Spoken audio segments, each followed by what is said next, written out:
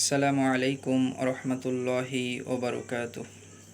আলহামদুলিল্লাহ, সমস্ত প্রশংসা আল্লাহ তাআলার।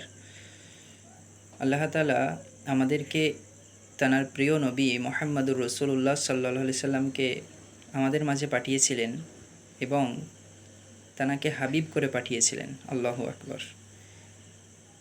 কালিমুল্লাহ এবং হাবিবুল্লাহ দুটোরই অর্থ কিন্তু বন্ধু, কিন্তু কালিমুল্লাহ অর্থাৎ যিনি উপাধি পেয়েছিল তার নাম হচ্ছেন মুসা আলাইহিস সালাম, আর মুহাম্মদুর রাসূলুল্লাহ সাল্লাল্লাহু আলাইহি সাল্লাম যে উপাধি পেয়েছিল সেই উপাধিটির নাম হলো হাবিবুল্লাহ।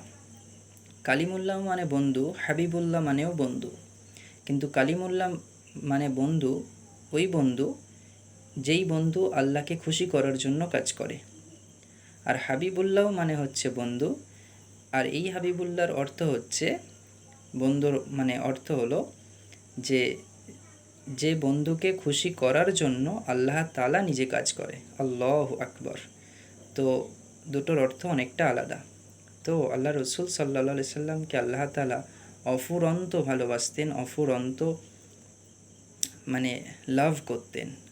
তো তানার জীবনের যেমনভাবে তিনি যে মতো করেছেন, যে মতো লাইফস্টাইল লিডিং করেছেন, অর্থাৎ ইসলামকে ধর্মকে ব্যালেন্সে চলেছেন।